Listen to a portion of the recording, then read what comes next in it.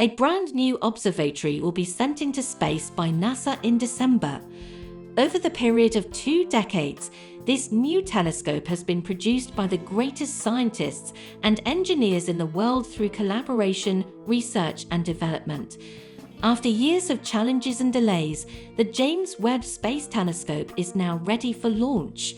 When it is launched, it will be the most powerful space telescope ever made and will have the ability to look further into the cosmos than before.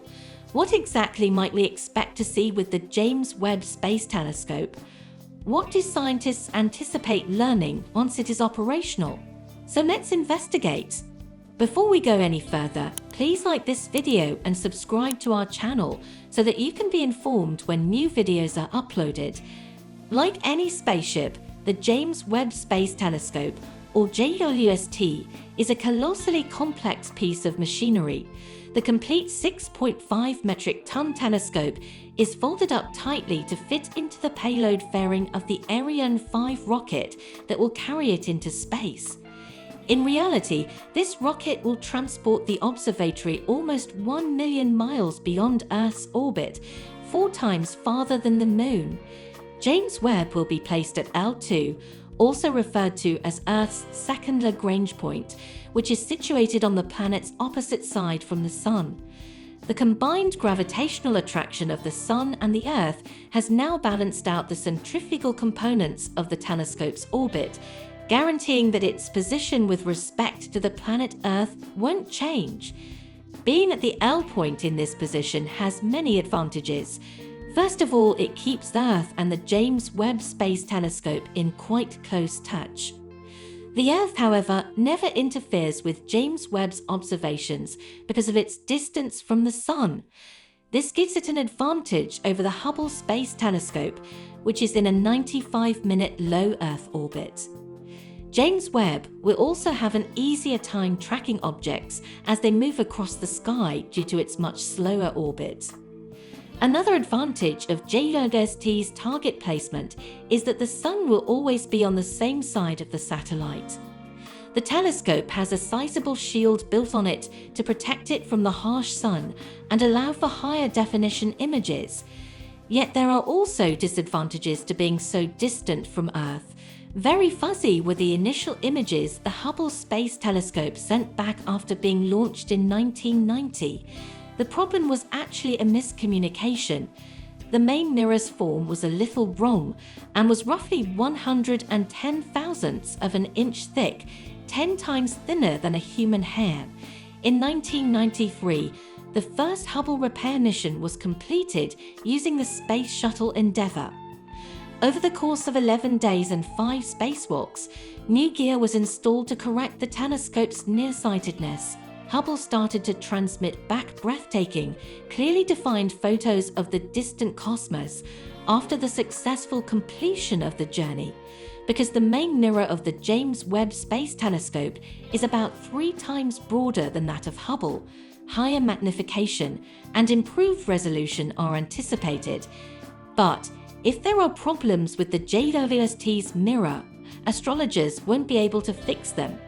20 years and $8.8 billion will have been lost. Also, the success of James Webb's launch is dependent on the engineers and scientists. James Webb's primary mirror is the biggest of any space observatory that came before it, with 25 light-collecting regions. Yet, rather than being a single mirror, it is actually a tessellated pattern of 18 smaller hexagonal mirrors for one. The mirror can now be folded into 3 distinct halves and really fit inside the rocket. Second, each of the very precise micromotors that these mirrors are connected to may individually modify their orientation.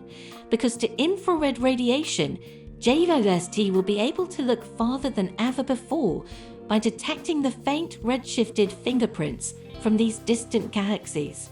Infrared space observatories are notoriously difficult to operate because they must operate at extremely low temperatures. Otherwise, the sensors would be overloaded by the spacecraft's own infrared radiation, rendering the camera useless.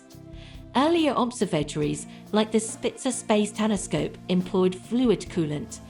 The amount of time that may be spent observing, however, usually runs out in a couple of months or years. JOST will make it possible to look back into the past of our universe, up to the Big Bang, which occurred about 14 billion years ago. You don't see stars and galaxies as they are when you look up at the night sky.